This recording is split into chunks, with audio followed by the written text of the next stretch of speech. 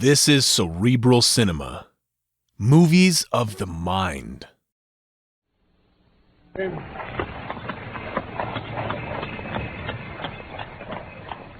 From London, we present The Blanched Soldier, a play for radio by Michael Hardwick, based on the short story by Sir Arthur Conan Doyle.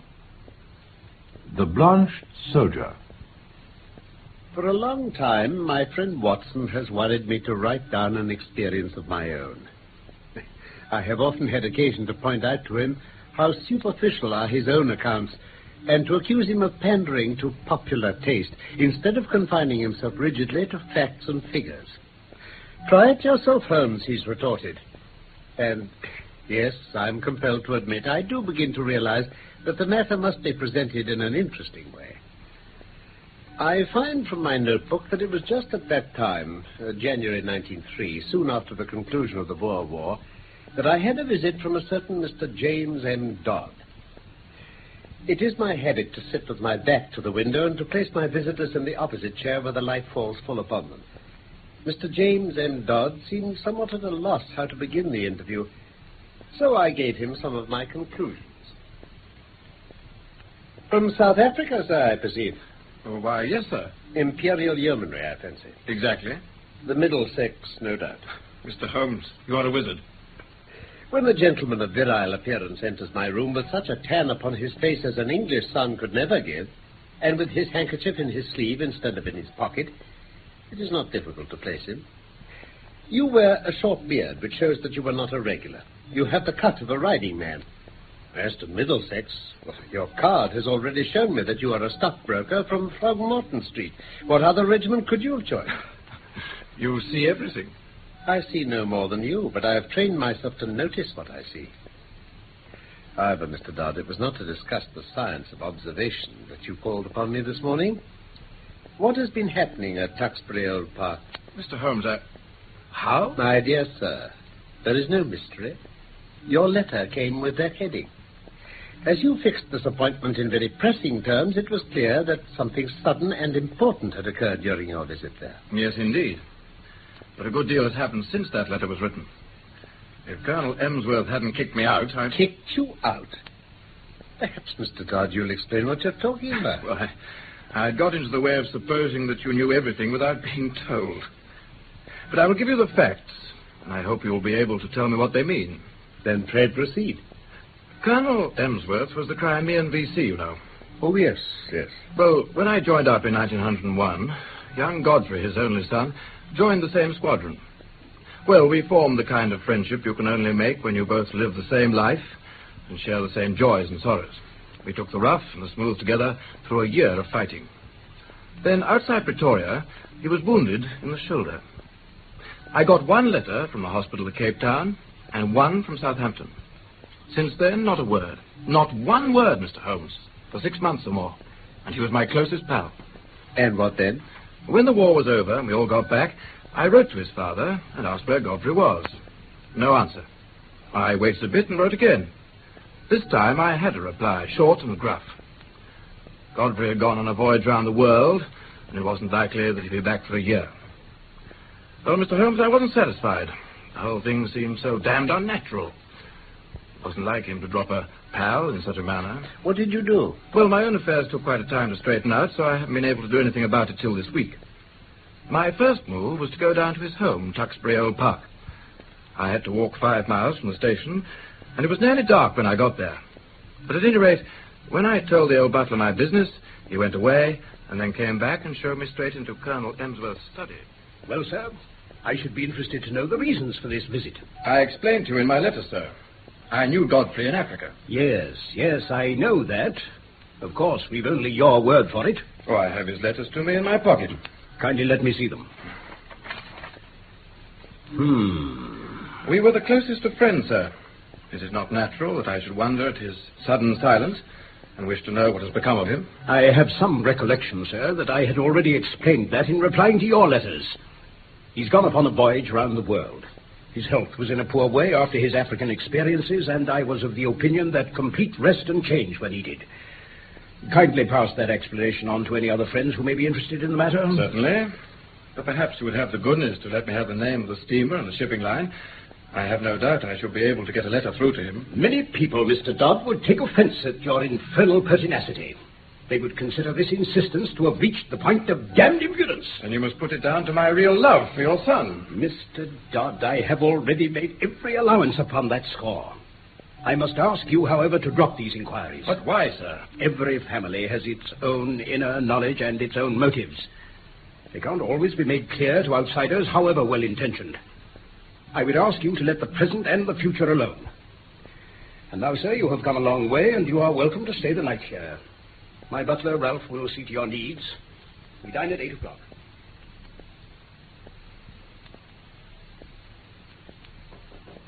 Come in. You beg pardon, sir. I just brought you some more coals. Bitter cold it is, sir. Oh, thank you, Ralph. There, sir. Now, sir, will there be anything more tonight? No, Ralph, that's all, thanks. Oh, before you go, there's just one thing. Sir? You've been in service here for a long time, I suppose. Oh, yes, sir. Me and the missus both. Then you've known Master Godfrey for many years. Lord bless you, sir, my missus nursed him. You could say, in a manner of speaking, I'm his foster father. Really? Well, I can tell you, you've both been very proud to see him in South Africa. He bore himself well, sir, I understand. No braver man in the regiment. He pulled me out once from under the Boer's rifles. Or maybe I shouldn't be here now. Yes, sir, yes, that's Master Godfrey. Courage, sir? Why, there's not a tree in this park he hasn't climbed. Nothing would stop him. Yeah, he was a fine boy, all right. And he was a fine man, sir. Was? You say he was? Look here. What is all this mystery about? What has become of Godfrey Emsworth? I don't know what you mean, sir. Ask the master about Master Godfrey. It's not for me to interfere. Let go of me, please, sir. Now, listen to me, Ralph. You're going to answer one question before you leave this room if I have to hold you all night. Is Godfrey Emsworth dead? I wish he was, sir. I wish to God he was. Well, after that, there seemed to be only one interpretation, Mr. Holmes. My poor friend had evidently become involved in something criminal, or at the least something disreputable, that had touched the family honor. His stern old father had sent me away for fear of some scandal coming to light. Well, that was what I thought just then. Your problem presents some very unusual features, Mr. Dodd. Pray continue. Well, after the butler had gone, I must have stood there pondering all this for some time. Then something made me look up. And there was Godfrey Emsworth. In the room? No, he was outside the window. It was a ground floor room. I'd left the curtains open, and there he was, looking at me through the glass. He was deadly pale. I've never seen a man so white. I reckon ghosts may look like that. But his eyes met mine, and they were the eyes of a living man. Did he give any sign? When he saw me looking at him, he sprang back into the darkness. Mr. Holmes, there was something shocking about that man. It wasn't just that ghastly face, it was something slinking and furtive, something guilty. It left a feeling of horror in my mind. I assume, however, that when a man has been soldiering a year or two with Brother Boer as his playmate, he keeps his nerve and acts quickly. Exactly. Godfrey had hardly vanished before I was out of that window. I ran down the garden path in the way I thought he might have gone. It seemed to me that something was moving ahead of me. I called his name. There was no use.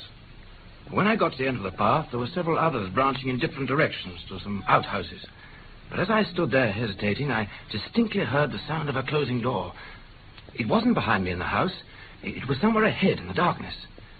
I knew then, Mr. Holmes, that what I'd seen was no vision. Well then, Mr. Dodd, what else did you do? There's nothing more I could do. I spent an uneasy night trying to find some theory to cover the facts. The next day I found the colonel rather more conciliatory. His wife remarked that there were some places of interest in the neighborhood, and I saw an opening to ask whether I might stay there one more night. Somewhat grudgingly, he agreed. Which gave you a clear day in which to make your observations. Yes. I felt I must explore the garden and see what I could find. There were several small outhouses, but at the end of the garden there was a detached building of some size. It was heavily curtained. I wondered if this could have been the place the sound of that shutting door had come from. I approached in a careless fashion, strolling aimlessly, and as I did so, a small, bearded man in a black coat and a bowler hat came out of the door. He locked it after him. Then he looked at me with some surprise. Good day, sir. Good day. Are you a visitor here? Yes, I am. My name is Dodd, James M. Dodd. I see. I'm an old army chum of Mr. Godfrey Emsworth's. I came hoping to see him. What a pity that he should be away on his travels. He would have been pleased to see you, no doubt, Mr. Dodd. His travels? Exactly. Well, good day to you, sir. No doubt you will resume your visit at some more propitious time. Good day, sir. He passed on. But when I turned, I observed that he was standing watching me, half concealed by some laurels at the far end of the garden. So I strolled back to the house and waited for night.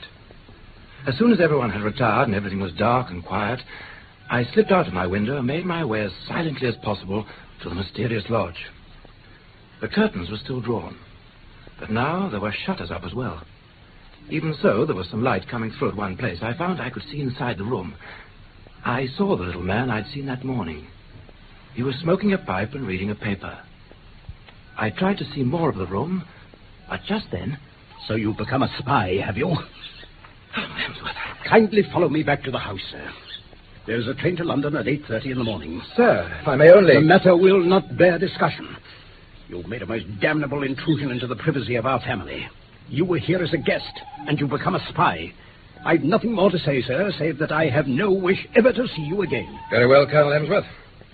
Only I've seen your son, and I'm convinced that for some reason of your own you are concealing him from the world. I've no idea what your motives are in cutting him off in this fashion, but I'm sure he's no longer a free agent. And I warn you, Colonel, that until I'm assured of the safety of the well-being of my friend, I shall never desist in my efforts to get to the bottom of this mystery.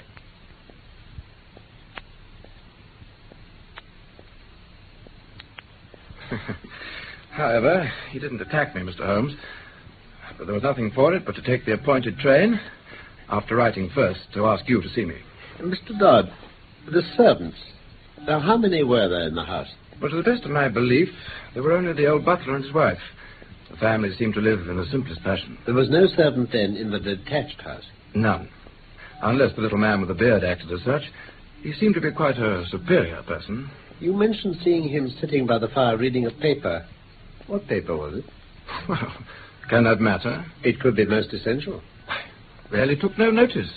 Possibly you observed whether it was a broadleaf paper or of that smaller type which one associates with weeklies. Since you mention it, it wasn't very large. Very well. Now, had you any indication that food was conveyed from the one house to the other? Well, I did see old Ralph carrying a basket down the garden walk and going in the direction of this house. Did you make any local inquiries? Yes, I did. I spoke to the station master and the innkeeper. I simply asked if they knew anything of my old comrade, Godfrey Emsworth. Both of them assured me that he'd gone for a voyage round the world. You said nothing of your suspicions? Nothing. Yet you said that you had seen your friend's face quite clearly at the window. So clearly that you're sure of his identity? I have no doubt about it whatever. The lamplight shone full upon him. It couldn't have been someone resembling him. No. It was he. But you say he was changed. Only in color. His face was... How shall I describe it? It was of a fish-belly whiteness. It was bleached. In patches? Well, it was his brow that I saw so clear. It was pressed against the window. Very well, Mr. Dodd. The matter should certainly be inquired into. I will go back with you to Tuxbury Old Park. Today? Oh, as it happens, I'm clearing up another matter at the moment. Let us say the beginning of next week. I shall be ready whenever you are, Mr. Holmes. Oh, I shall also ask an old friend of mine to accompany us. It is possible that his presence may be entirely unnecessary. On the other hand, it may be essential.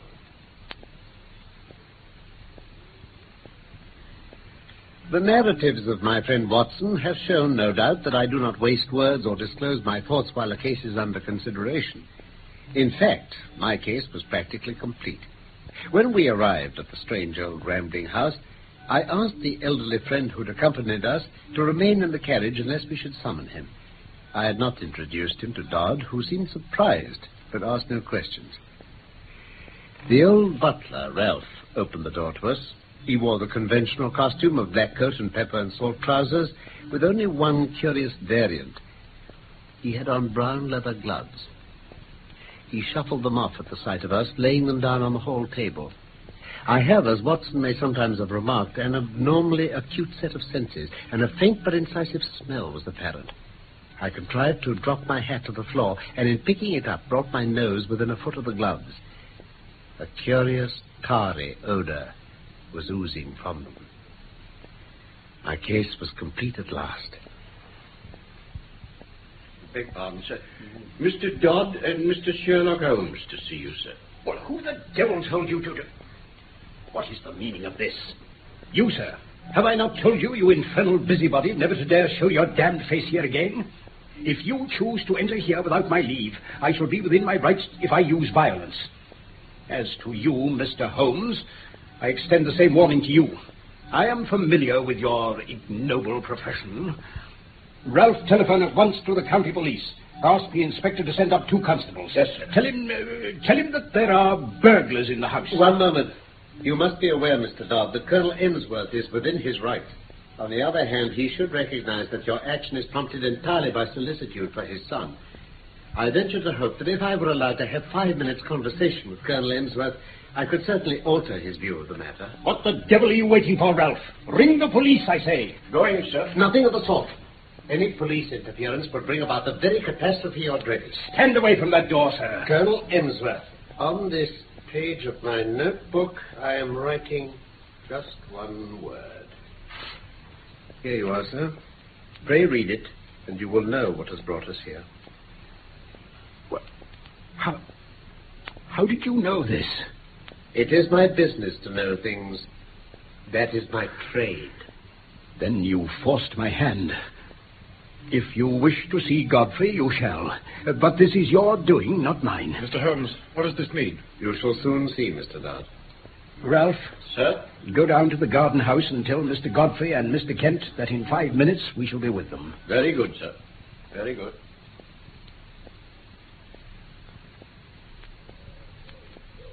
But this is very sudden, Colonel Emsworth. This will disarrange all our plans. I can't help it, Kent. Our hands have been forced. Can Mr. Godfrey see us now? Yes, he's waiting inside. Follow me, gentlemen. Godfrey, old man. Don't touch me, Jimmy. Don't come near. Yes, you may well stare. I don't quite look smart enough for B Squadron now, do I? What happened? Those white patches on your skin. That's why I don't court visitors.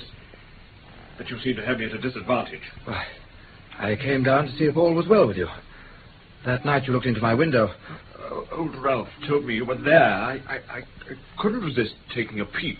After you ran away, I couldn't let the matter rest. I asked Mr. Sherlock Holmes here to help. Oh, Mr. Sherlock Holmes, eh? Well, Mr. Holmes, you may as well hear my story, too. If you please, Mr. Emsworth. It won't take long to tell.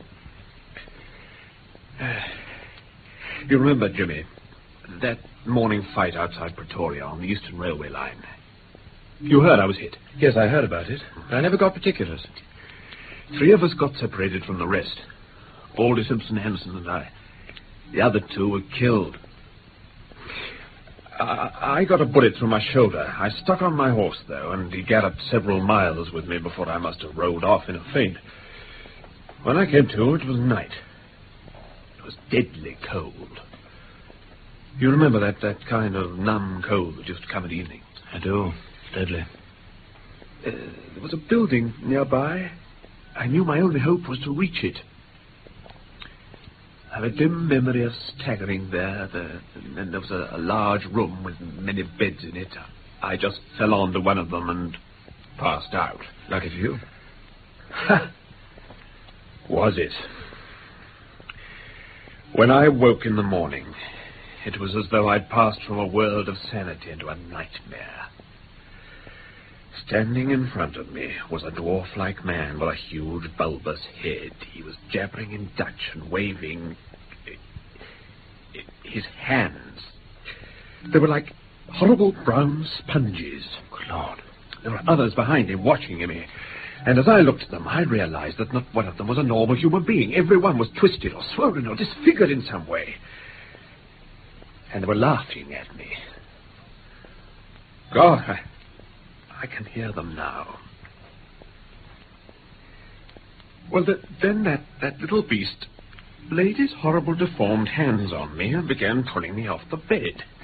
My wound was bleeding, but he went on. He was as strong as a bull.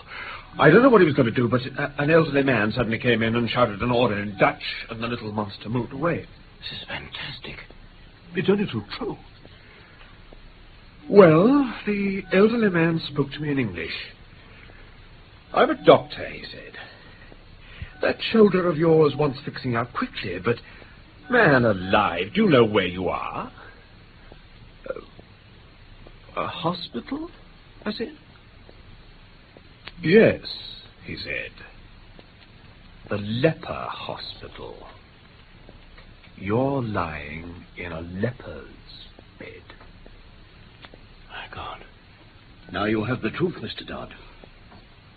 Thanks to the British advance, I was in the General Hospital at Pretoria within a week. Apart from my shoulder, I seem to be all right. It wasn't until they got me home and I came here that these terrible signs began to appear on my face. I knew then that I hadn't escaped. What was I to do, Mr. Dodd? We had 2 servants we could trust completely. There was this house where he could live. Mr. Kent here, he's a surgeon, was prepared to stay and care for him in secret. Yes, but why? Surely a hospital... Don't you see? It would have meant segregation for the rest of his life. To live forever amongst strangers without any hope of release. Even in these quiet parts, if one word had got out, he would have been dragged away to that. Even you had to be kept in the dark, Jimmy. But what I don't understand, Father, is why you've relented now. It was Mr. Sherlock Holmes who forced my hand with this scrap of paper. He wrote one word on it, leprosy. After that, I realized that if he knew so much, it was safer that he should know it all. So it was. And who knows but good may come of it. How? I understand that only you, Mr. Kent, have attended the patient. May I ask, sir, if you are an authority on such tropical or semi-tropical complaints? I have the ordinary knowledge of the educated medical man. I have no doubt, sir, that you are fully competent. But I'm sure you will agree that in such a case, a second opinion is valuable. It would have meant pressure being put on us to segregate him. I foresaw this situation, and I brought with us a friend whose discretion may be absolutely trusted. I was able once to do him a professional service, and he is ready to advise as a friend rather than as a specialist. His name is Sir James Saunders.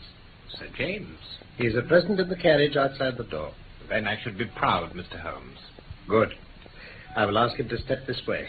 Meanwhile, Colonel Emsworth, we may perhaps assemble in your study.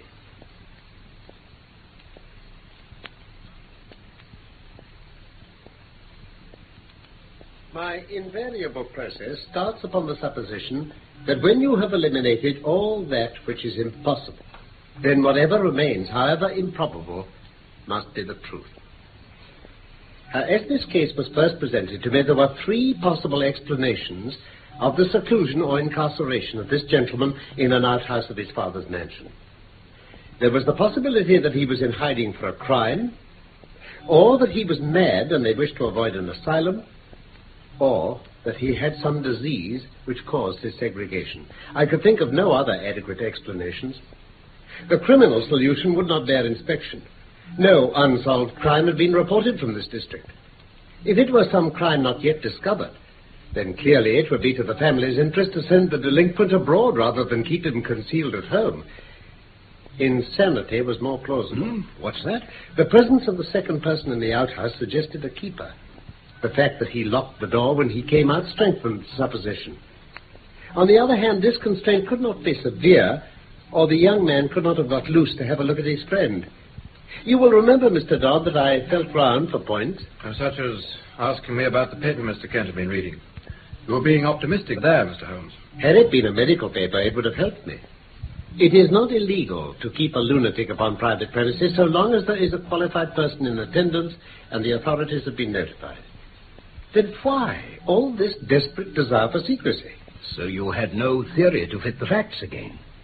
There remained the third possibility. Rare and unlikely as it was, everything seemed to fit into it. Leprosy is not uncommon in South Africa. Bleaching of the skin is a common result of the disease. By some extraordinary chance, this youth might have contracted it. His people would be placed in a very dreadful position, since they would desire to save him from segregation. Great secrecy would be needed, but he could be allowed some freedom after dark. A devoted medical man, if sufficiently paid, would easily be found to take care of it. You thought this case was the strongest of the three, in fact. So strong that I determined to act as if it were actually proved. When I arrived here, I noticed that the gloves worn by Ralph, who carried the meals, were strongly impregnated with disinfectant. My last doubts were removed. A single word showed you, sir, that your secret was discovered. Yes, I see it now. But tell me, sir, why did you write it down instead of saying it? That was to prove to you that my discretion was to be trusted. I thought as much. Here is Sir James. Well, sir, let us know the worst. It is often my lot to bring ill tidings, and seldom good. This occasion is the more welcome, Colonel Emsworth. It is not leprosy. Not? What is it then, Sir James? A well-marked case of pseudo-leprosy, ichthyosis. It's a scale-like affection of the skin, unsightly, obstinate, but possibly curable, and certainly non-infective. Then heaven be thanked. But surely if he got it from contact with those leper fellows... No, not from them. A coincidence. Remarkable, but a coincidence. Coincidence, my dear Sir James? Are we assured that the apprehension from which this young man has suffered since his terrible experience may not have produced a physical effect simulating that which it fears? May there not be subtle forces at work of which we know very, very little?